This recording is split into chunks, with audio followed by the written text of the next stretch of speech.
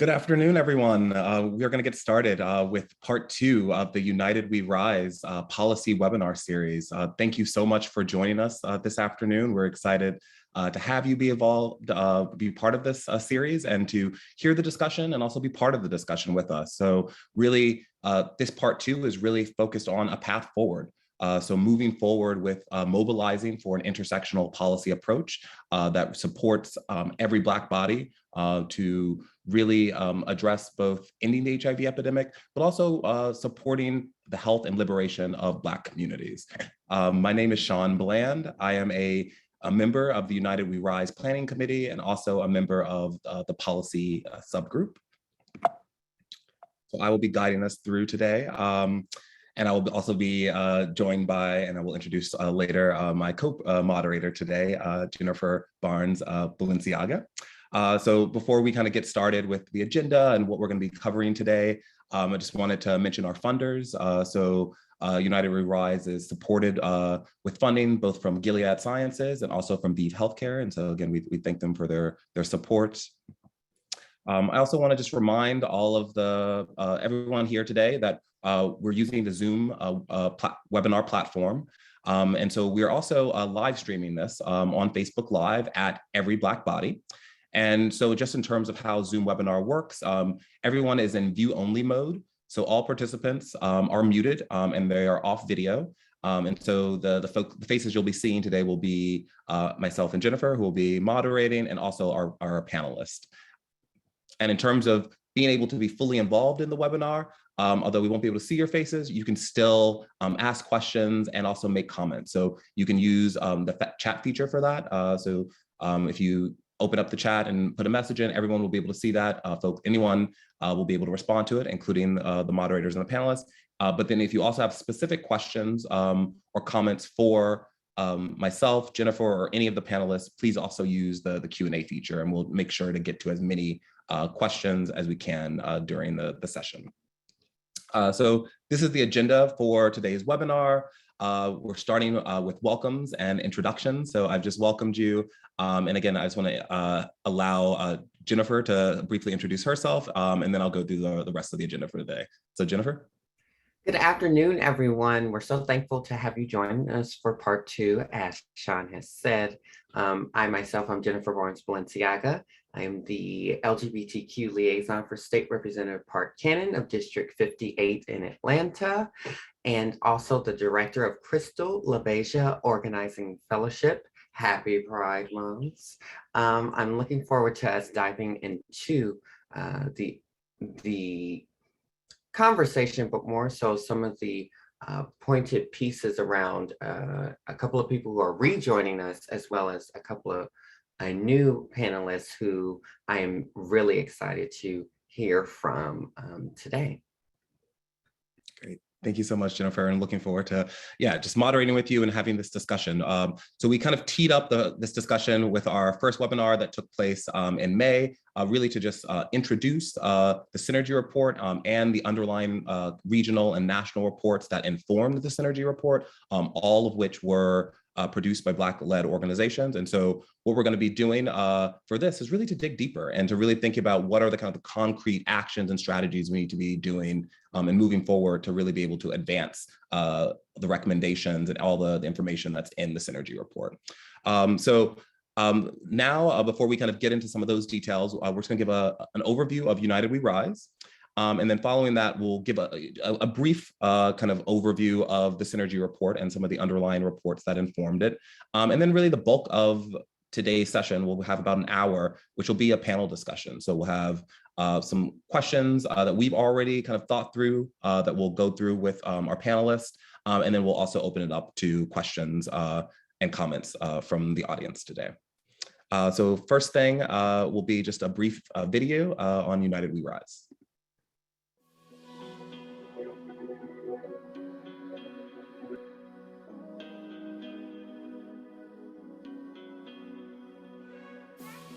As I think about what we've accomplished over the past 40 years in the HIV epidemic, we've done really good work in effective diagnoses, testing, prevention, and treatment of HIV, but we still have many inequities and inequalities that exist. We cannot survive or thrive in silos. It has to be a coming together where we coalesce and unite in this fight if we're going to end the epidemic. I decided to join and stay with United We Rise because I'm so proud to be in a space that is led by us, defined by us, designed by us. I needed to be involved in an organization that first of all had a national database and a nationwide emphasis, and one that was focused toward our people for us. I feel like this is a powerful space that's centering Black people in a deliberate way, in an intentional way. We are here to let our voice be heard in regards to how we would see the addressing of HIV from our perspective. A Black response to HIV is one that is inherently intersectional. It's led by Black people, implemented by Black people, evaluated by Black people, and then of course impacts in a positive way the lives of Black people. HIV really has to be a holistic response. It has to be something that addresses the social determinants of health, right? Our education, our socioeconomic status. It has to be something that is complete, that actually speaks to the whole person. Those people who are most impacted are heard.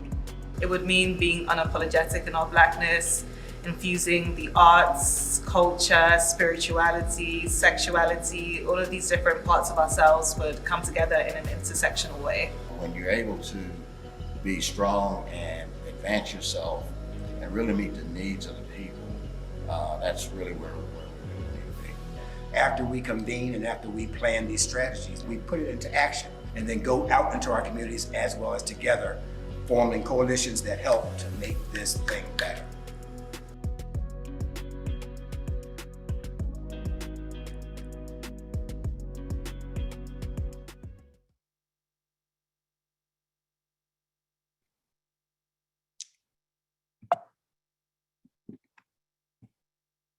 Great. So again, that's just a brief introduction video that I think is helpful for folks, particularly if you weren't able to join the May webinar, just to introduce United We Rise and who we are, who my colleagues are, who are my fellow members of the planning committee. So again, we're really excited to be a part of this organization, very proud of the work that we've accomplished over the last few years and really looking forward to kind of building going forward. So now I'm going to pass it over to Jennifer to give a bit more information about United We Rise and then to introduce us to the Synergy report as well. Thank you, Sean. So we're going to start with the next slide, which is an overview of our mission. The mission is to unite and mobilize a collective force to end the HIV epidemic and uplift the quality of life for every Black body. You'll see that that's kind of a niche. If you joined us in May, it's definitely a niche for how we communicate with the epidemic as it pertains to Black bodies. We know the erasure of our people is often pushed to its brink and pulling back to understand that the inclusion about us as a people has to be first and foremost and prompt, not just a sidebar. So moving to the next slide, we want to make sure that every Black body honors the history and diversity of the Black diaspora. Every Black body embodies collective liberation from systems that do not value us and the internal struggles they engender. Every Black body values the various ways individual experiences of Black people are both unique and intersected. Every Black body is a coalition effort dedicated to the well-being of people living with HIV and to the improvement of the physical and mental health of all our communities. And what that means is we've selected and made sure to have focus areas. Those focus areas include gender, sexual and gender identity. They include, in the next slide, policy. They include intersectionality. They include Black leadership in organizations. And a lot of times on that piece, I really do want us to pay attention to Black people often are placed sometimes, even you'll hear the word token. even sometimes we get into rooms and some of us get an understanding and we're not really that good at handing back or reaching over to help our brother or our sister with understanding that leadership is a collective effort. It is not just an individual understanding. Black community engagement, which also encompasses all the above, and making sure that we as a people feel united in moving forward. In the next slide, the focus area destination of policy. We work to democratize power and amplify policy approaches that destigmatize and decriminalize Black bodies, centering the knowledge, experiences, and voices of the people closest to the problems, leads to flexible and expansive policymaking that produces intersectional solutions. What are federal, state, and local policy changes that, if enacted, would have a transformative impact on the Black health and liberation is one question that we're going to get to when we introduce our panel. And I'd love to get started. I'm not going in any particular lead, but also making sure that we're paying attention to, this is a moment of, we're in COVID right now, but paying attention to, there are still moments of happiness, joy for Black people, and to celebrate our people is a joy of mine that I'm happy we can do. But before we get into that, I want to make sure that everybody understands I'm the co-lead for the policy work group, which is an honor, but it's also a lot of work. Sometimes you have to work in silo with one or two people. And I want to make sure that people understand that though there may not be a lot of people around you that may be doing the work, it is for the conglomerate of the people and for the betterment of our community at large. It is not an individual task, and it is not for just one person to get all the glory and guts, because our work group members are some dynamic individuals. Myself, alongside Dante Prayer, alongside Malcolm Reed, Ronald Johnson. Of course, you all know the amazing Sean Bland, Timothy Jackson, and a huge shout out to Gioma for the work that she puts in tirelessly, especially as it pertains to getting the word out to our people and making sure that the inclusion is all across the board. So and I also want to put this feeler out there that if you are watching this webinar and you want to get involved and are willing to stay a part of a process that does not happen overnight, long-term, please make sure to reach out to one of us in order to find out further details on becoming a part of United We Rise, because this is an ever-growing body. In the next slide, we want to go over the HIV policy synergy report. Next slide.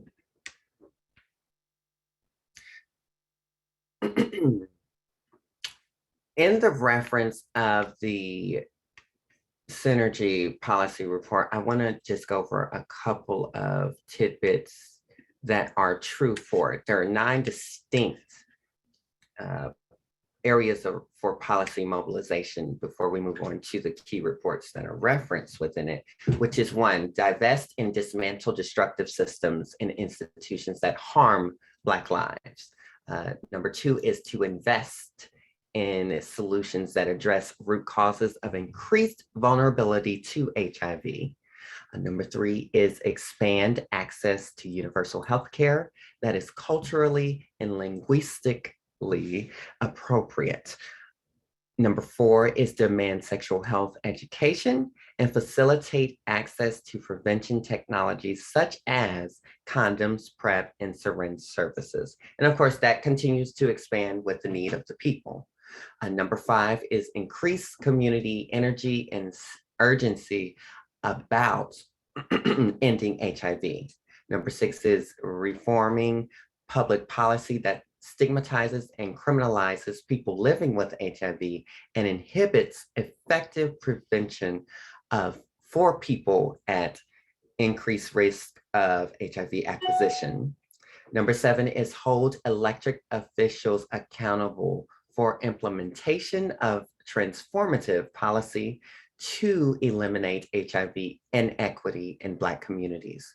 Number 8 is promote Medicaid expansion to increase healthcare access, especially in Southern states.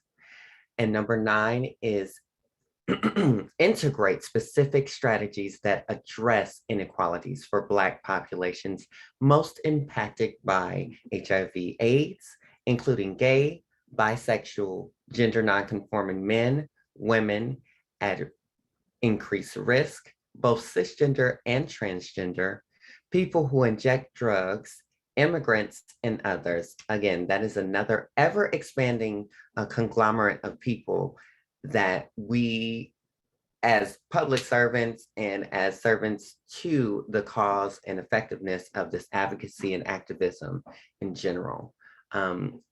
We want to point out in the key reports referenced. Sean, would you like to join me on slide 3? I'll go through the first 2.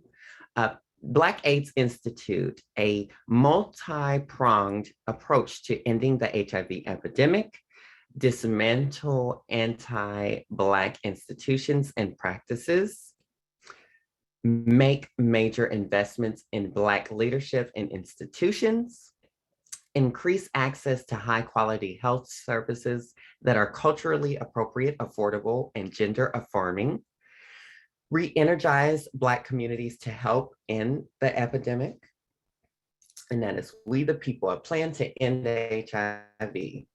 Number 2 is Southern Black Policy and Advocacy Network, healthcare policies, advocacy, opportunities for Black communities in the South. And 2 of those points for them are challenges of lowering the rate of HIV in Black communities in the South, urgency of addressing root causes that expose Black people to poor health outcomes, as well as the need to invest in harm reduction programs. And number 3, in the next slide, is the Black Women's Health Imperative, HIV/AIDS policy agenda for Black women.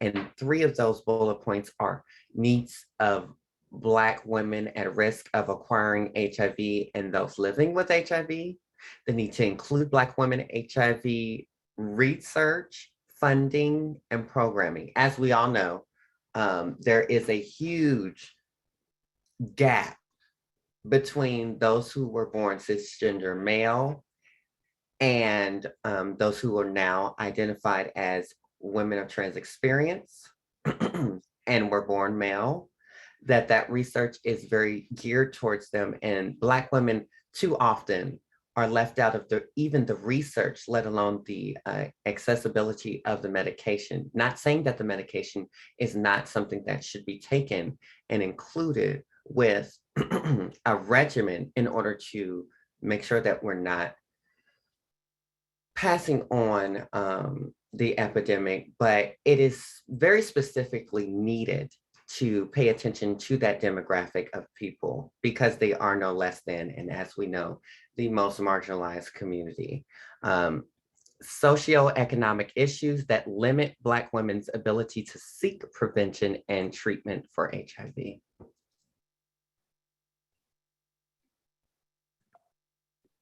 Great, thank you so much, Jennifer, for again, introducing us to the Synergy Report and really kind of going through the first 3 out of the 7 kind of policy agendas that again are led by Black organizations. And we are actually joined by, we'll have 3 panelists who will be able to speak to their both of those first 3 reports that Jennifer went over.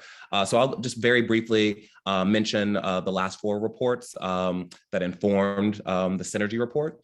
So from the National African HIV/AIDS Initiative, there's the Initiative Summit reports. And so these focus specifically on African communities, and some of the key recommendations call for African civic and religious leaders to encourage open dialogue about sexual health, modeling non-stigmatizing attitudes towards people living with HIV, really promoting community advocacy particularly on the collection of data on African immigrants and specifically the disparities that those populations experience, particularly around HIV, but also across the health system, and culturally responsive HIV and healthcare services. The fifth report is Black South Rising. The Future is Now, a political agenda for advancing, building, sustaining Black HIV leadership in the South. So really recognizing where the majority of new HIV cases and diagnoses are in the South, and calling for Black leaders, elected officials, foundations to radically rethink their efforts and the approaches to combating the HIV epidemic in Southern Black communities. So I will also mention from the Movement for Black Lives, the Vision for Black Lives, so a manifesto for liberation for Black people in the United States, really 14 briefs that offer policy and legislative recommendations to address institutions, policies, and structures that harm that cause harm to Black people in the United States, and really kind of highlighting the importance of legislation like the Breathe Act that focuses on divesting our tax dollars from brutal and discriminatory policing, and really to invest in a new vision for what safety can mean for Black communities. And then lastly, the Black Alliance for Just Immigration. And we'll also have a panelist who can kind of speak a little bit more about this policy agenda, really looking at trends and issues that are affecting Black immigrants and community demands. And so those are the 7 policy agendas that we all reviewed at United We Rise and really inform the development of the policy agenda. And so Jennifer already went over the kind of 9 areas for policy mobilization. So they just appear on this slide and also on the next slide.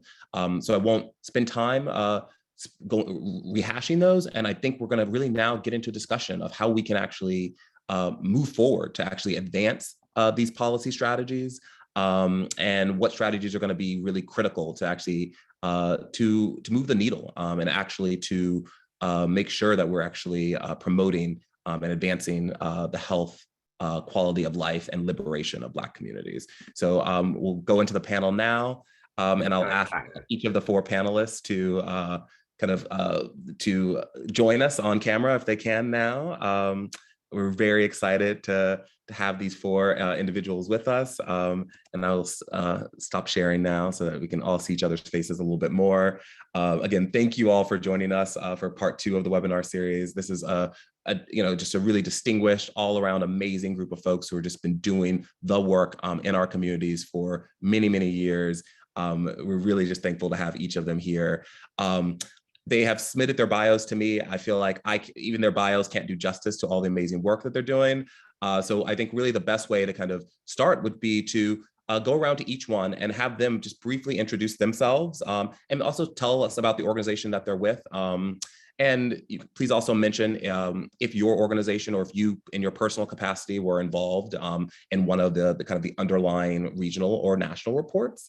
And so, yeah, so I think we'll start that way, and then we'll get into the first question. So how will we start first with Vanita? Thank you again for joining us. Sure. So it's so cool to be here. Vanita Ray, my pronouns are she, her, hers. And I am in my day job, I guess the co-executive director is day and night, really, co-executive director of the Positive Women's Network, which is a national membership organization for women and people of trans experience living with HIV. We focus on leadership and advocacy and policy shifts.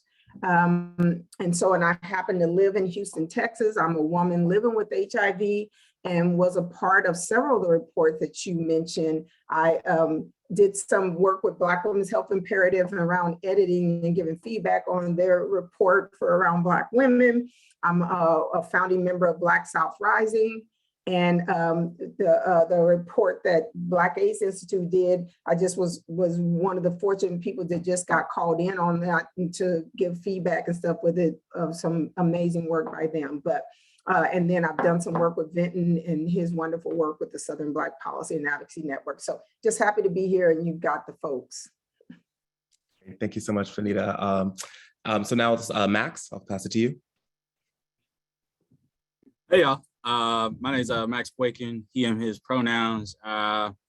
Advocate, organizer, supported, particularly within this space, supported within the creation of the We the People report that came out of the Black AIDS Institute, along with support with the Black South Rising document, in supporting and helping facilitating and bringing the folks and have that conversation along with Benita, along with the Southern Black Policy Advocacy Network with Vinton. I was a part of the coordinating council to help support that. And I was also a member of the policy and organizing tables for the movement for Black Lives. So those different spaces bring me here as an advocate, trying to help in the HIV epidemic for a while now. Great, thank you so much, Max. And Vinton? Good afternoon, everyone. My name is Vinton Jones, and I'm the Chief Executive Officer of the Southern Black Policy and Advocacy Network and presumptive representative-elect, state representative-elect for House District 100, that's in Dallas. And so I've been working in the HIV community for over 20 years, also a person living with HIV, and just excited to continue the work that we are all focusing and working to eliminate HIV in this country, but particularly in the South, where we continue to see the disproportionate burden of the epidemic in Black communities. Thanks, Benton. And Nekesa? Hello, everyone. I'm Nekesa Opoti, and I am the Communications Director at the Black Alliance for Just Immigration, which is the largest Black-led immigrant justice organization in the country. And so our work is policy, narrative change, with a specific impact on Blackness at the intersections of criminalization, white supremacist state, and we work alongside the whole Black diaspora. So it's not just Black migrants, but like African Americans as well. And Black migrants are people from Africa, the Caribbean, basically the whole world, Asia, Latin America, as long as you're Black. Our work is engaging with that. So I'm glad to be here, and thank you for having me. Thank you all for joining us. No, it's a stellar panel that we have, and I just want to get right into it now because, as you can just tell from the introductions, we have folks who are been working many years in the field across many issues that are affecting our community. And again, we have expertise here who have informed or kind of led a lot of the work on many of these kind of regional and national kind of policy agendas. So really excited to have everyone here today. So just for the first question that we have, because again, some of you were here for part one of the webinar series where we're just kind of going over the synergy reports, going over the synergy report and then the underlying reports themselves. Now we kind of want to be thinking again, forward looking. And so I put two questions to you. I guess, what are some strategies that have been important for you to deploy in your work to really be able to advance the underlying reports that you worked on? And kind of more broadly, when we think about the different policy directions that Jennifer went over, those 9 policy areas, what strategies are needed to be developed in order to tackle each of those policy directions that are common across the various policy reports or policy agendas? So it's a big question. Kind of what strategies are you doing in your work, and what's going to really help us to really be able to advance on the wide-ranging policy issues that we know we need to be working on? And so how about we go in reverse order this time? So we'll maybe start with Nekesa to kind of get your thoughts first, and then we'll go through everyone and kind of get your thoughts. Thank you. So historically, as you know, HIV was a barrier to migration. So if you had HIV, you would not be allowed into the States. It's no longer the case, which is a good thing. But at the same time, I think there's still the same stigma that when you think about things like public charge or other criteria that are discretionary decisions are made about whether someone can come into the States or not based on their health. And HIV is one of those things that impacts especially Black migrants because of anti-Blackness and the idea that we will spread disease in the US. So that's definitely a thing that we've seen. And I think part of, like, you asked about the tactics. I think narrative and sharing stories is a very important part of that. One other thing too is we noticed, like, during the pandemic, a lot of immigrants who were detained, for Black migrants who were HIV positive, there was many of them was still kept in detention, and then there was no protection for them around that, like being immunocompromised and having being isolated and all that. So it definitely was a thing that we have noticed, and individual cases often tend to get traction if people have, like, storytelling, which is a bit, it's unfortunate because, we move away, especially with our work at Baji, we move away from narratives that make, that don't center the agency of people, right? So the idea that someone has to be suffering, or someone has to be, like, either the good immigrant or the really broken, suffering person to be treated with dignity and respect. And so that, I would say definitely a tactic is narrative building, just so that people understand the full humanity of everyone. Thank you, Nikasa. And I mean, thank you first and foremost for just pointing out just the kind of the history of where we've been in terms of kind of the HIV entry ban. And even though that's no longer the law of the land, that Black immigrants still face anti-racism, not to mention stigma around HIV that become real challenges, and that they, to coming into the country in the first place, and also impacting obviously those communities, all of our communities, but particularly kind of in an intersectional way for Black immigrant communities. So thank you for lifting that up, and really the importance of storytelling as well. So yeah, we'll pass it to Vinton, maybe to also kind of think about what strategies that you've been engaging in, your organization has been engaging in to move forward your agenda, your policy agenda, and what kind of needs to happen more broadly to address these wide-ranging policy areas. Absolutely, thank you, Sean.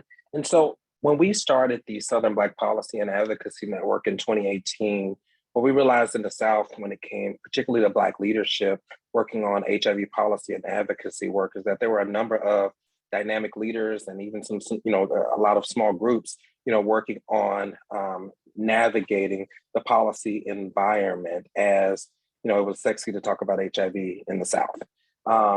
And so everybody nationally and everybody else, wanted to have that conversation. But what we noticed as a gap was that Black people in the South needed to be mobilized to make sure that as these issues were being brought together, that groups of advocates were speaking in the South about issues impacting Black folks and ending HIV in the South, so that our communities were not allowed to be just kind of checklists like, oh, we talked to so-and-so from Atlanta, got it, we got the South, or we talked to so-and-so from Dallas or Houston, got it, or we talked to so-and-so from Louisiana, got it, versus what do communities feel is the need to address this comprehensive issue around improving plans to end HIV, particularly by 2030, as we focused on the Ending the Epidemic initiative, and making sure that those initiatives and those plans that were being created into 23 jurisdictions in the South were being responsive to Black communities. And so I say that long answer to say that coalition building is a huge area where we have focused as an organization with the Southern Black Policy and Advocacy Network. Another area that we focused on is working to uplift the different organizations. And so whether we talk about Black South Rising, or we talk about the Black AIDS Institute, or the Southern AIDS Coalition, working to also make sure that we, from a perspective of working in the Black community, offer support and making sure that messaging has a deep penetration into Black communities, so that when we were going to conferences, the conference wasn't the first time Black community leaders were able to come together and have a conversation. So we established our Southern Black HIV/AIDS Network that started meeting on a monthly basis and continue doing that work. Now, as a new organization, we had to pull back a little bit off of that monthly model because we were facing some of the same issues during COVID that big and small organizations were facing. And that was really capacity and the need to be able to survive the moment of the COVID pandemic. And so that's another area that we really had to go into from the training standpoint of also making sure that we're training communities to not only understand policy, but also understand this work from that senior and mid-management level, because we've had a lot of programs that help from that entry level standpoint, but advancing the policy work from that mid-management to that senior level management has been work that we have also focused in, and particularly have focused in during the COVID pandemic. And last, I would just mention, when it comes to the policy conversations, is also just making sure that we are informing not only the people who may have challenge with our messaging, particularly Republicans, but it's also making sure that our allies, in the health departments, elected officials, and others are aware of the different issues that we as kind of HIV policy wonks go back and forth with all day. But the people who are really carrying, a lot of the responsibility for the funding of our work and making sure that we got in front of the right people from the elected official or the public official standpoint has been those elected officials. And so doubling down on making sure that elected officials, both friendly and not friendly, are aware of the issues that need to be done so that they can be held accountable for the work that they're responsible for, particularly if those elected officials have overlapping jurisdictions with areas where there's high impact of HIV in the Black community. Thank you, Vinton. And really, I mean, I think everything you said was just so important to hear, but particularly the idea that doing the policy work isn't just like a checklist that you've, talked to one or two organizations, but really this real meaningful community mobilization happening, and the work that your organization is doing is really important. So thank you. So now we'll hand it over to Max.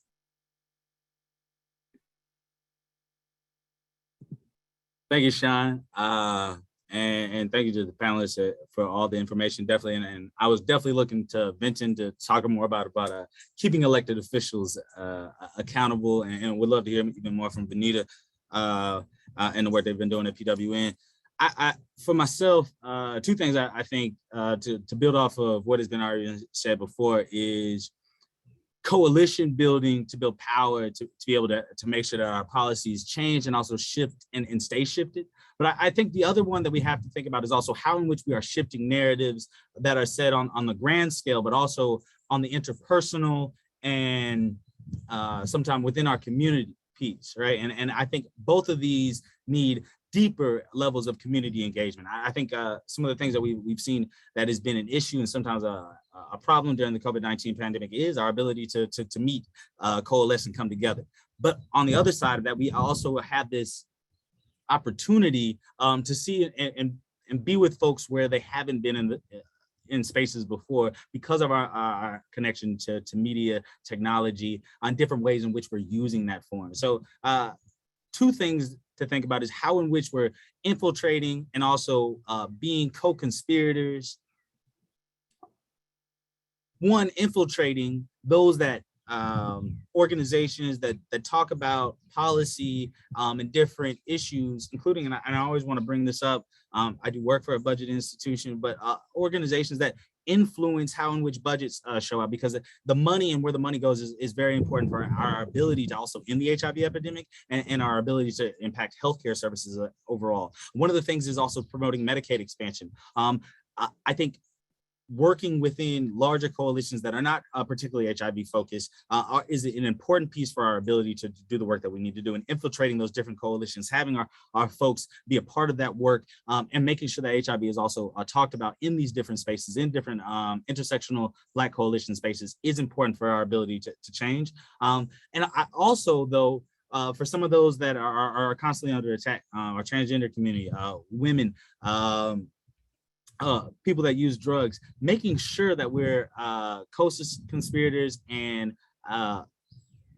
actually doing the work to support what the messaging that they need and the wins that they need in order to make our movement even larger and more powerful and have the wins that we need. And also think about the messaging that we're using in those spaces. We saw over the last couple of years a large piece around the defund the police movement, but that was over years of organizing in different spaces and also talking about a narrative shift of how in which policing and also the funding of policing went within communities. What we also need to think about is even if we're going and talking about immigrant services, decreasing Homeland Security funding, but also increasing the actual services that we have for folks as they are entering the country.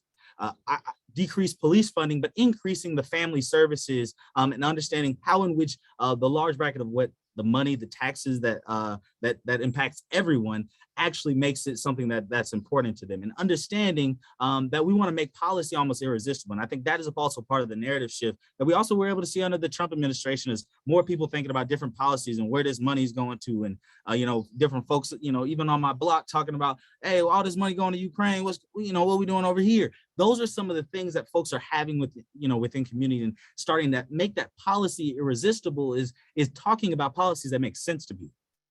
Making it as like, oh, we should have an access to PrEP.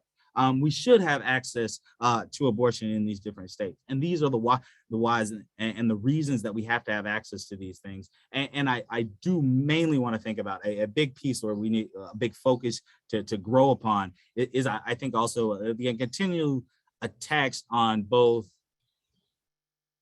people's ability to have sex, but also the ability for folks to be educated. And I think where those two come together, it typically is sex education, and our continued attacks on that, and with the attacks on abortion and other rights that folks are seeing, making sure that we don't lose eyes around how in which we can coalesce around folks with both within education space and sexual health space and health space in general, to make sure that folks are getting what they need. Thank you so much, Max. And really, I think many things you said are so important, but particularly in terms of the strategies, like thinking about kind of the messaging and getting that messaging right and thinking about it up front, being informed by communities. Obviously, it's a lot of work, but having that strategy be part and parcel to all of the work that we're doing, and really thinking about where the money's going and making sure that we're decreasing money in places that are harming our communities, but then really making sure we're making investments where we know they're critical. So I will also hear from Vanita as well. Thank you. Yeah, so I just got so inspired by listening to everybody else, but let me start at the top.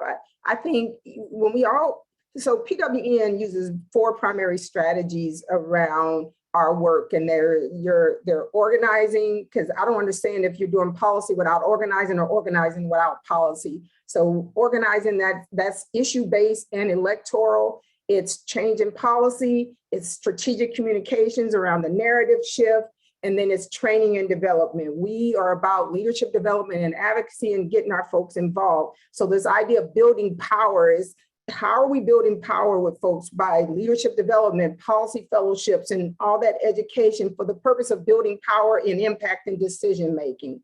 So that is real key strategy. I want to say something. We need to redefine the problem. So everybody tells us what the problem is. We're just not using condoms. We're just not doing this. And that is not the problem. HIV is only the entry point.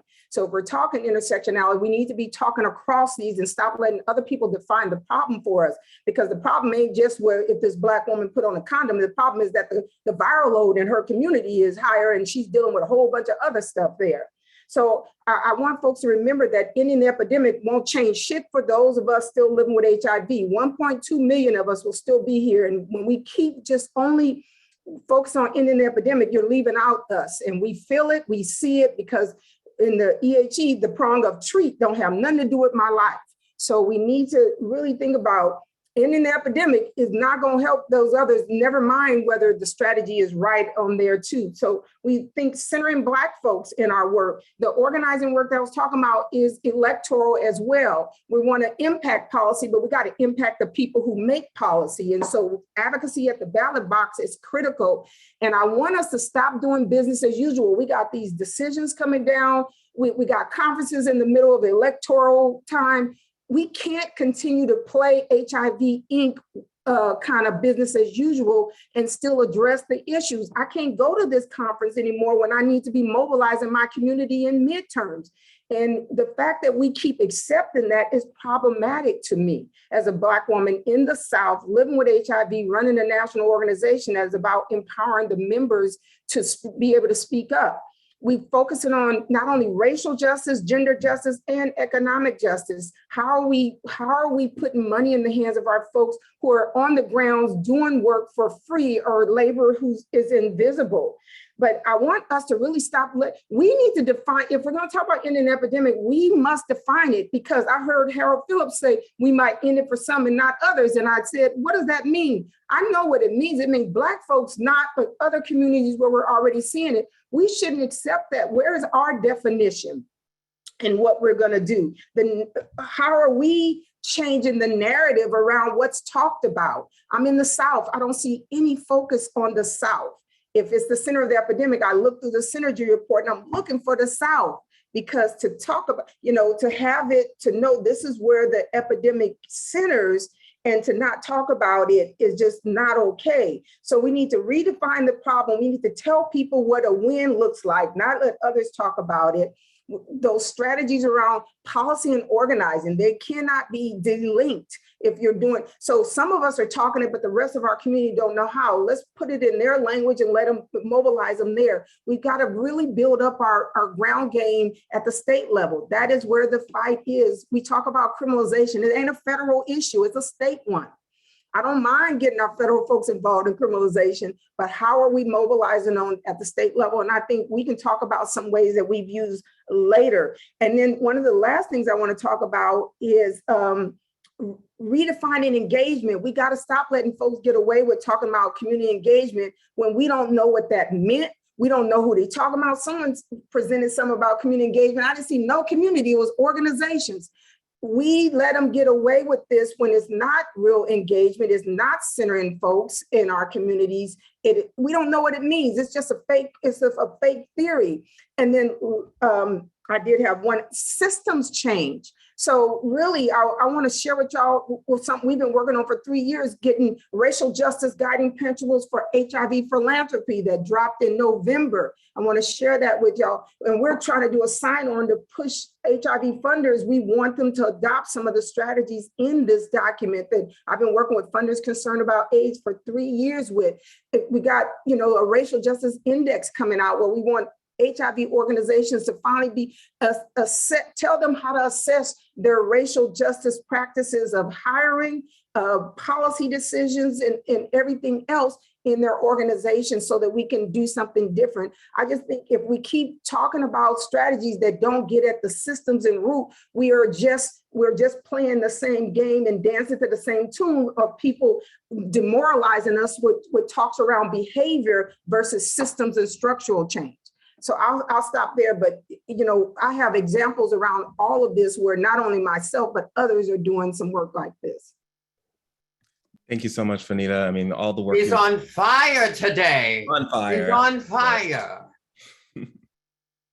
So again, thank you so much. And I'm gonna actually pass it to Jennifer, maybe to ask a question or to kind of do any follow-up, and we'll kind of go back and forth.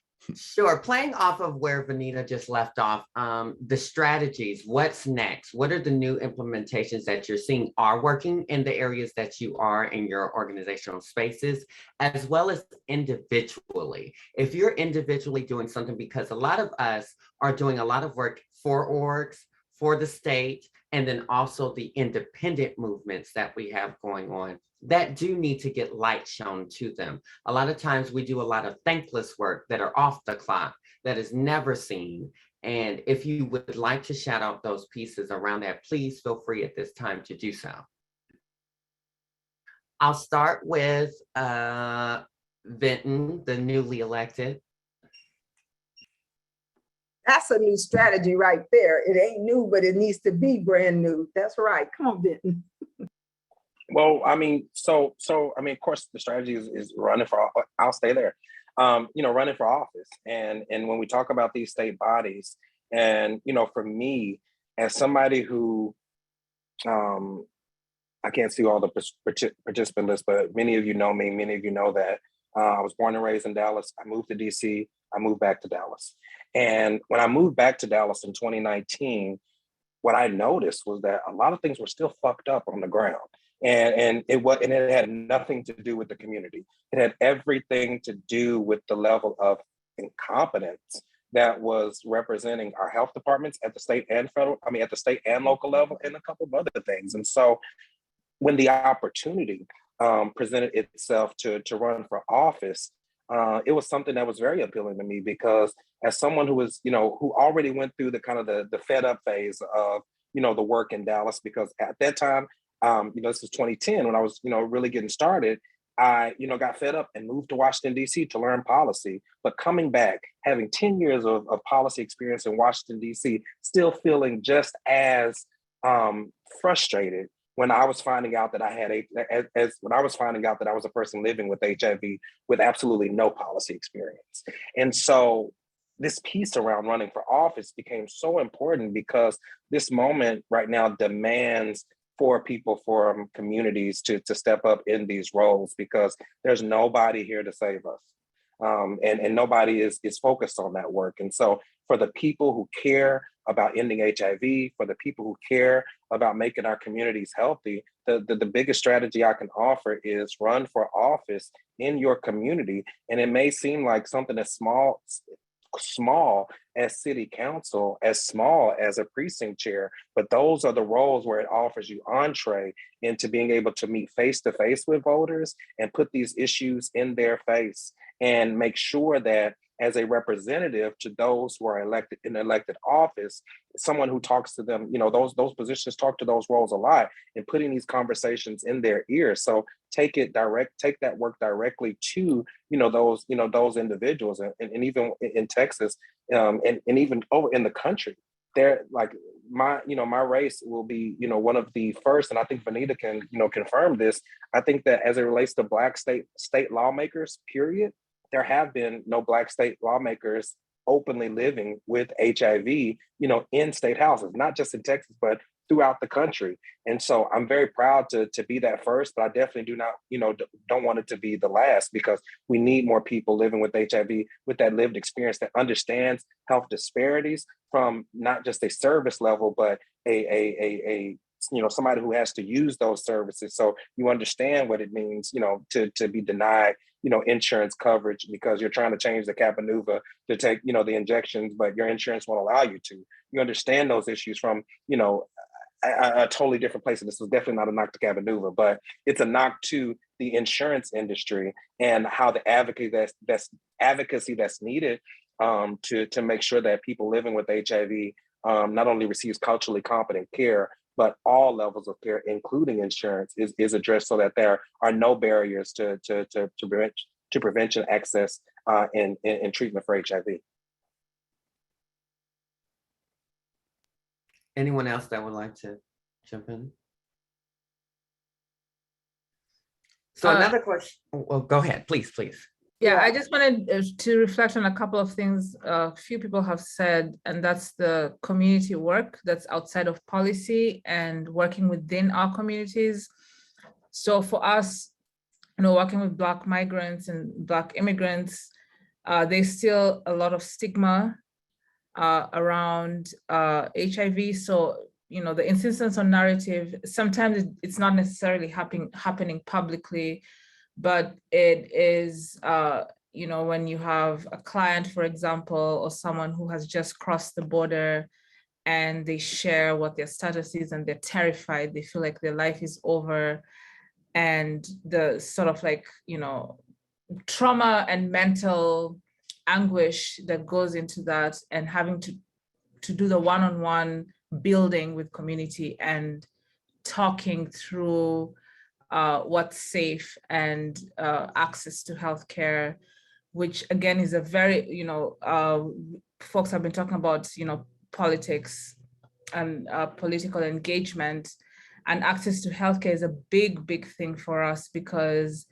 there's a lot of people who don't qualify even for state insurance, depending on what state you are in, because if you're undocumented or if you are on some temporary type of status and don't have a job that has health insurance, then you don't qualify for whatever the state or government insurance is. And so those are things that are very important for us to keep pushing in terms of access to healthcare for folks who are not documented or underdocumented. Yeah, and I just want to say a couple strategies is, PWN runs a policy fellowship that's a year long that, is training folks living with HIV on policy. A couple of the state leads are on this call today, on this webinar today, and one of them in Virginia was instrumental in changing the law in Virginia, modernizing the Virginia HIV criminalization law. So Deirdre, shout out to you, that works.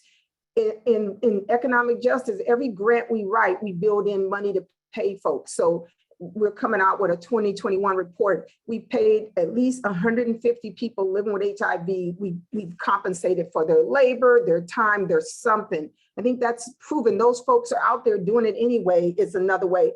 We started something in Texas called the Texas Strike Force in 2019 that's led by people living with HIV, that, where we train and educate you how to navigate the Texas website and how to be engaged in advocacy, and it's building steam. Last year, we were able to push back on our state health department through the strike force and save ADAP for 2,500 folks because they were proposing to change the spin down requirements that would have eliminated 2,500. We got them to change their opinion, change their course of action. I mean, there's just so much in our EHE work here in Houston. I spent all last year doing racial justice analysis or training around how to look at it differently. Or we're doing quality of life work here. We're creating our own pillar around what does quality of life look like, and acknowledging the racial and systemic factors that increase our vulnerability and decrease and diminish our quality of life. So those are just some of them, but there's way more. Thank you. Vinton? And just to add on with what Vanita said, I think it's so important, and really how we frame this is really help train and mobilize and engage people living with HIV so that they can make long-term impact. It is no longer, I wouldn't say it is no longer okay, because yes, still give people gift cards, but a gift card can't be the answer to everything. Like, people need a check, and people need to make sure that check is going to be coming for the next 3, 6, 9 months or up to a year or whatever. And so that is what allows people to not only come to the meeting, get the information, how they slice a piece and hit it. That allows people to actually have jobs where they can have resources to be able to come back to the conversation and then come back again. And that continues to engage, because what I see as a strategy on the opposing end is that you come, you report, you give all the reports to the people, you make them feel good or you make them feel bad, understanding that at some point they're going to disappear because this is not their job. How do you make sure that you keep people trained, not only trained, because you need to make sure that we're not only paying them, but they have the training that they need to navigate the space. But when they get that training, or if they need to get, you invest in them to get that training, allow them to be able to be resourced in a way that allow them to be able to make long-term impact. It's not just about giving money to somebody, it's about giving them the resources they need to be able to be at the table like their colleagues who are paid well to be at those tables. Absolutely. The sustainability of our community has to be priority.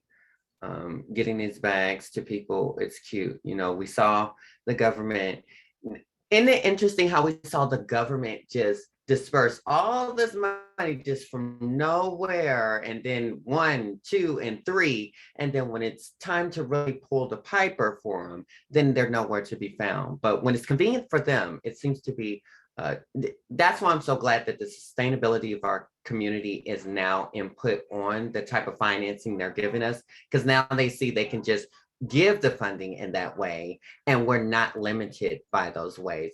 A lot of meetings that even myself that I'm joined in, that they allow me to have a conversation about funding, is for non-restrictive funds, period, because they don't see what we see as community leaders and as people who are right there on the front grounds, and we understand what's immediately needed, not a check that's going to come two weeks later, a cash deposit from Cash App, a cash deposit from PayPal, on to the other. So off my soapbox, what would be some of the next steps that you think we all should do for United We Rise. You know, you've seen some of the work that we do currently. If there's something that's policy specific that you could give to this space in order for us to continue to evolve and make sure that we're encompassing the community in all of the great work that has been going on for years and decades, what else would be inclusive for what we need to do?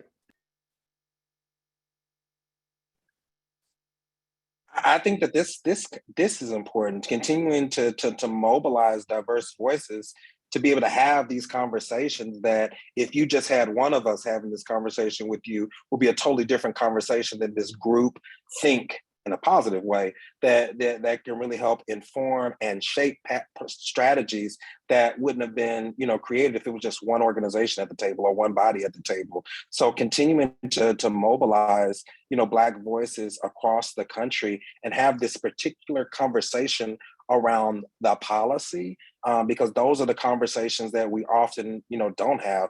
Most times we're gathered, we're just, you know, talking about kind of service at the granular level, or just the needs of like, what do you need as a person living with HIV versus like, what do you need as a person living with HIV who's been also doing this work for almost 2 decades? That's a different need than just a person who would need services compared to, you know, also, you know, giving their life to this work.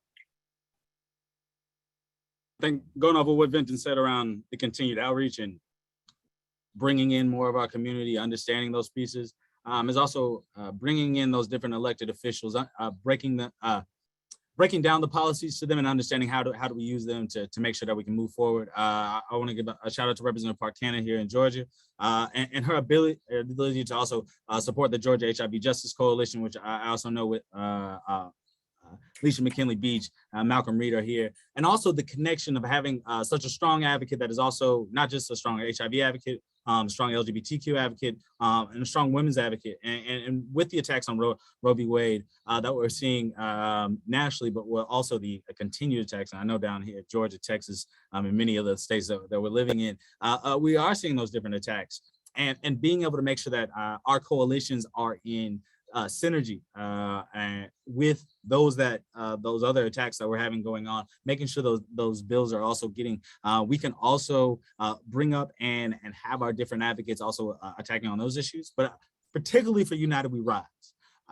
I think understanding the large amount of policies that we understood and that we're addressing is making sure that we're putting our input and adding to the different coalitions that we have named, agendas that we have named, adding the support around those different policies, being able to also create what I don't want to just say rapid response, but also a number of advocates that can also do some of this work. And I also really do support something that some of the creators of United We Rise have been able to do. You know, PWN is doing it, but shouting out again the fellowship work and being able to create a very sustainable new sets of leaders, because you can't keep asking Vincent and myself to be the youth and at stuff. We are not that. So creating the next group of advocates, and also thinking about how there are groups of advocates that are out there that we can connect and address the issues that are disproportionately impacting people living with HIV and Black folks, and with folks that this is more nuanced, but their mind and the ways in which they have been advocating for different issues that have impacted them for long periods of time, they can also see this as an issue that'd be important to them. So I think doing that, we have to do a greater groundswell of getting our folks involved, but also engaging those people that are in power to make sure that those resources are coming our way as well. So I'm really glad that you all asked this question, because as I've sit around tables with other Black folks in our formations, we've gone, what is United We Rise doing? Because we don't know where to plug folks. I would love to see United We Rise, now that you have these strategies, begin to be the clearinghouse for where other people are doing, taking actions under them, so that we could say, this is what United We Rise is doing. Even if it was, we could go there and look at, okay, you got Black South Rising here, Texas Strike Force here, the coalitions here, how are folks really beginning to put action items to the paper here so that we can see how, because we're not being collective, we're not being cohesive and coordinated in our approach. Some of what you all are saying, we've been saying, others have been saying, but I think where it's fallen down is there's a lack of coordination and actions and these broader strategies, like we're saying, around electoral organizing, where that's happening in Colorado, Pennsylvania, and Texas, and Georgia, and how are those specific strategies and tactics, actions contributing to or moving towards what you all are saying in terms around these 7 policy areas, which I think are right. I think Medicaid expansion, you got to know, we don't say that in the South in a politician's office. You go in there and say access health care for all or something, but kind of being mindful of that. I'd love to see somebody do a fellowship that combine policy and organizing, get our folks ready to be able to have, they're not separate, and to have that conversation. But I'd love to see United We Rise kind of be a collective. We have no unifying, cohesive way to make sure that our strategy is working across the country, or from my perspective, in the South. I'm looking for folks who are specifically willing to leverage and input in us around the South. And I'm just not seeing that. I hear of y'all, but I feel like you all are back in the ground. We don't know what activity is happening. So being more visible and supporting these different approaches of narrative shift, of resource allocation. One of the sad things is we get this scarcity model. So we're all competing against each other, but we don't have to do that if we were more collective, cohesive, that I'm not competing against my Black gay men or my trans sisters. We all are, if you can come up with 80 billion for an election, we shouldn't be competing. And if you go look at HIV Racial Justice Now's Declaration of Liberation, which a lot of this work is being built on, we talk about that scarcity model being harmful to our communities. So I just would love to see how United We Rise can bridge, and so we can know where's a collective and cohesive strategy that we could plug into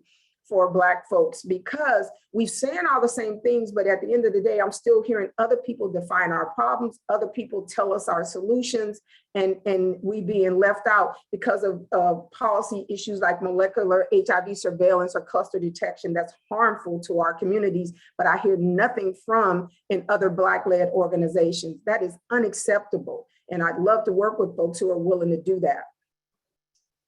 Thank you so much for that, Benita. Absolutely.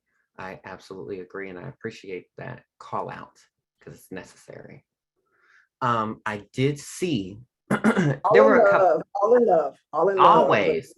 But sometimes we as Black people, when we get to a certain position, we feel as if we've reached the apex of understanding sometimes. And it's not about reaching an apex of understanding. It's a continuous learning journey, a continuous grooming journey for us, as well as to pass down to the next generation. And I remember us talking earlier about youth specifically, but I see that there was a mention in the Q&A about aging populations, the exact opposite. We always leave out populations for either extremely young or extremely aging populations, and that can't happen. Is there any suggestions that anyone has or any work that's currently happening around some policies that are specific to the aging policy populations? I've been a positive since 2011. So, I'm concerned further down the line with what that will look like for me. Like, how does that go on? And even beyond myself, just having a future mother-in-law and a fiance who's not a spring chicken anymore and going to hospitals consistently for every type of issue. Do you all know of any policy movements that are happening or any suggestions that you could give? Go ahead. I'll go after you. Yeah, and I also didn't answer the previous question, but quickly to that, I think one of the biggest things, and I'd made a comment, is housing. San Francisco has done some great work around that. And there's places, I live in Minneapolis, and so there is housing for elders living with HIV, which, access to housing is terrible, period, especially for working class folks. And so I think that is definitely a big thing. To the earlier question around inclusivity and what else can be done, first of all, thank you very much for including Baji. And because a lot of the population we work with, it's not just that people are Black or working class, but also language access is a big thing. I just had a recent very traumatic experience where I took someone to see a doctor and he was diagnosed with HIV, and the doctor was very careless about how they told him about it. There was no care around the conversations, and even translators and interpreters are not trained in how to be compassionate and how to really do patient care. And so those are things that are definitely, at least, echoing everything that everyone has said. And then specifically for the community that we work with, it's not just that people need access in another language, but also like cultural specific ways in which you talk to people, which Black people we all understand, no matter what your background is. And so I think that's definitely something that should be on the table. Yeah, and I'll go let the next person speak.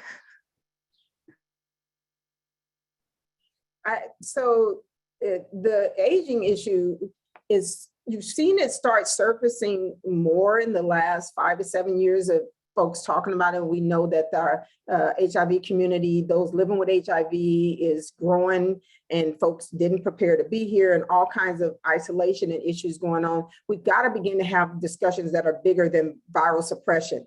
The whole discussion around people living with HIV, I use a quote from Martin Luther King that talks about it's the quality, not the longevity. So folks are all celebrating because we can live longer, but they don't care that we are depressed and suicidal, or maybe housing unstable and everything else. But where your viral load and your CD4 count, the people living with HIV have been reduced to 2 numbers in this country, and everything is based on your viral suppression. So I think we've got to, first of all, get away from that, because my quality of life is not dependent on that, but also the aging issues and services and programs that are being wrapped around geriatric care, and that's being so specific. We've got some programs out there, the Reunion Project or others, but nothing Black focused. And because Black folks represent the majority, we've got Black folks who are the majority of people aging with this, with no other, ways to deal. And we need to focus on that. And when I talk about aging, you got folks over 50 aging, but you also got people aging, whether they were born with it or when they were diagnosed and been living 30 years longer, 30 years or more. And what we do know is Black women have the highest mortality rate of all folks living with HIV. And I'm waiting to hear somebody else say that's a problem. I want to hear someone else say that's a problem. I'll say it again. I want to hear somebody else. We are dying at higher rates. We're not sitting back, getting all happy because we're watching each other die. And the fact that no one cares or seems to care that Black women are the next most impacted group behind gay men. Why is that acceptable, Black community, when we should be protecting our women? Don't understand that. But we're not even thinking about protecting us as we age. So I think, we see Ribbon getting a big contract with Gilead to do aging work, and we need to support that. I've reached out to other researchers, because all the research now is typically done on white gay men, and we're just the test subjects afterwards. How do we get us more into research and looking at it? How are we talking about menopause issues that we have? There's no information. So I would love to see us doing more in that area, talking more about it, and talking about the issues that are coming up for people. That's why this quality of life issue that was finally included in the last National HIV/AIDS strategy, we're talking about a developmental indicator here in Houston, we're taking it a step further because we know the federal government is not going to address our issues. And how are we putting this to the test in other places to say, let's talk about it here and let's make some plans. So I think it's a specific thing. If we care about our aging folks and our elders, and we care about our Black women and the folks that are aging, how are we specifically addressing? And I didn't see that in y'all's, in the whole synergy report as well. Thank you, Benita, and thank you all. definitely specifically for calling out the importance of centering quality of life, as well as mortality. So like, again, the impacts that's specifically happening in Black communities, specifically for Black women, for Black trans individuals, for our populations that are most impacted. I think it's so critical that we at United Rise, again, function in the way to be a clearinghouse, to bring attention to these issues and to really be able to advance policy discussions and find policy solutions on all of these issues for our people. I want to make sure, because we have about 10 minutes left, that we get to the Q&A. So we have one question on the Q&A. HRSA should be compensating the members of the Ryan White Planning Councils and bodies to do the work that they're doing. Is there a conversation around that? So I'd love to get anyone's thoughts on that. And then kind of just as a related question, because we've talked about accountability and really holding government accountable, what are specific ways that we can hold HRSA accountable, other government entities, elected officials, or again, some of these other kind of key partners and stakeholders accountable?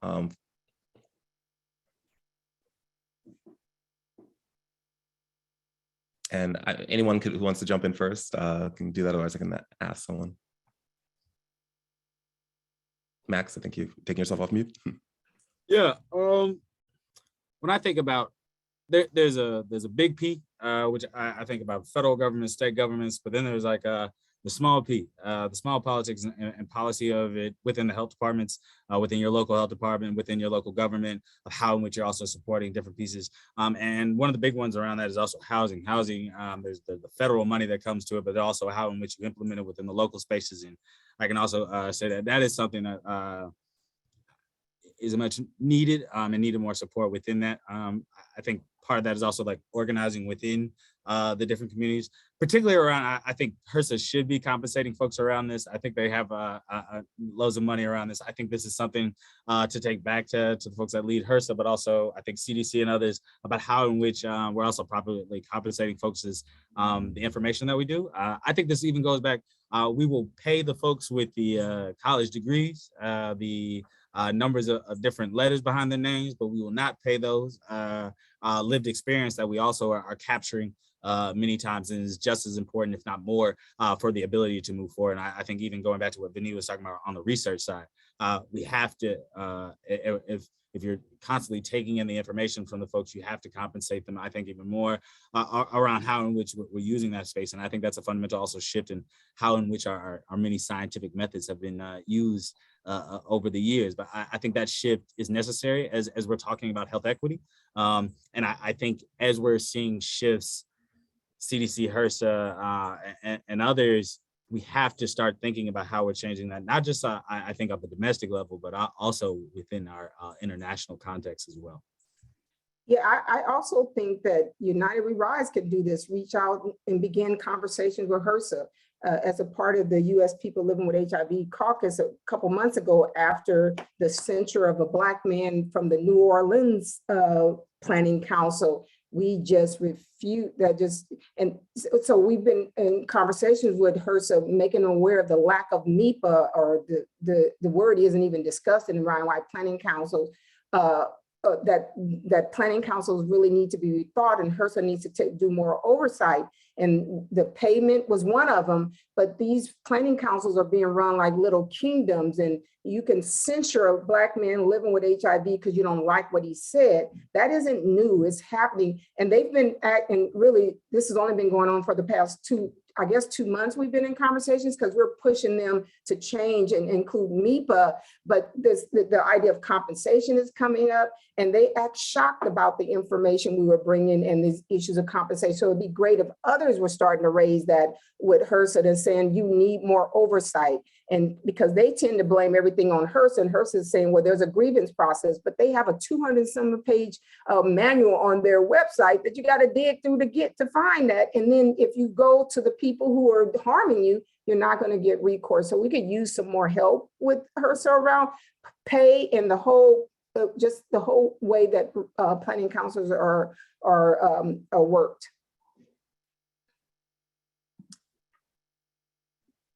And I just want to see if anyone else has any kind of responses for this question, or just any other final thoughts. So any kind of questions that we didn't get to, or just kind of comments you'd want to raise before we wrap up in the next 5 or so minutes. Yeah, I just wanted to say also too, around criminalization of whether, because some of it is not always about HIV, some of it is about queerness and trans folks and all that. Like, I think that is something else that really needs to be focused on, and not just in terms of policy, but also in community engagement, especially as we work within our own communities, because for the safety of people. Because oftentimes I think in a lot of spaces, there's a lot of focus on elected officials and policy and external work around whiteness, and then very little of it amongst our own people, because oftentimes our folks, we live with each other, we live amongst each other in Black communities. And so it's very important that that narrative shift is inward and not only outward. Yeah, a couple of that around that narrative shifting as police equals safety to a lot of folks, and that the different conservative messaging and the amount of CSI TV shows that are on, that you see that police meaning safe for folks, and also thinking around as we are shifting a policy on the state level, federal level. What was being said is also talking around like, okay, what are the different options outside of policing that we can go to? What are the different options outside of going to an organization that may be within your community that is transphobic, that is not allowing for folks to be able to go into it, that we repeatedly also see harm? How do we actually are able to deal with those things as we're thinking about and moving towards changing where we're funding? And that also helps us think about like where the funds need to go to. And I think we have to, again, expand the ways in which we're doing outreach, and also thinking again around how we're shifting the narratives on the individual level, on the local level, and then also how in which we're convening that power that we're seeing on the local levels. And I think this is where Uniquely United We Rise in a couple other spaces can do is, because we're on this national level, being able to connect the different local entities that are doing that work to be able to come up with, I think, a more cohesive and better federal plans. Thank you all for all of your responses. I wanted to say, just in terms of United We Rise, so that everyone has just a good understanding of all the things that we're doing as part of the planning committee. We are convening this discussion as the policy work group, but United We Rise does have other working groups that are kind of focused on capacity building and collaboration. So in community engagement is a part of that. Research and evaluation is another work group, communications, leadership, funding. So these are a range of areas in which we're working in through different work groups. And there are a lot of ways to get plugged into each of those. And also we'll be taking back this discussion to think about work that we can do as the policy work group, but with the other parts of United We Rise's planning committee as well. And so again, thank you. I want to just thank all of our panelists for joining us today. This was such an amazing discussion. It definitely refilled me in so many ways and just given me so many ideas to think about, to kind of move forward with. And I also just want to, again, thank Jennifer and also give her a chance to kind of round us out because she's been an amazing co-lead for the policy work group and a great co-moderator for today as well. So Jennifer. It's been a pleasure to be a part of this process. You know, being a woman of trans experience, Black sister, you know, it's difficult because we don't see a lot of us. We don't see a lot of us. Men of trans experience is still absolutely an alarming rate of non-inclusion. One of the things that, and I want to be very clear and give this disclaimer, I always want to include more people of trans experience, gender non-conforming, non-binary individuals, and we'll always do that when it comes to these types of webinars. And also looking for individuals to become a part of these processes, because we can always have wonderful allies, but if the words aren't coming directly from us, again, there was mentioned earlier in this conversation about the intersection of policy and organizing as a unified front. And a lot of times we see a lot of people of trans experience on the organizing front as frontline workers, as the hard workers, as the ones that get no type of thanks or congratulation or appreciation for actually putting their lives on the line. I want to thank Nakesa for bringing up those that includes sex workers, that includes the individuals who are not seen as people who should be on the same level as someone else who gets all the benefits, full-time benefits at work. It is important to have this universal healthcare conversation at every entryway with these politicians, so they understand that it is not just an individual need, you know, and to bring it back to the point of people always understanding that it's inclusive of every person needing to be cared, loved, and housed, period. So I want to thank you all so much for being a part of this. I absolutely appreciate every sentiment that you all have given. Please continue to do that. Send us emails, include in networks amongst yourselves, as well as being able for us to give this information outward, because there is so much great work going on. Another huge congratulations to you, Benton. We are so proud of you as a community, because we have seen your hard work come into fruition of something that I know is only greater to come.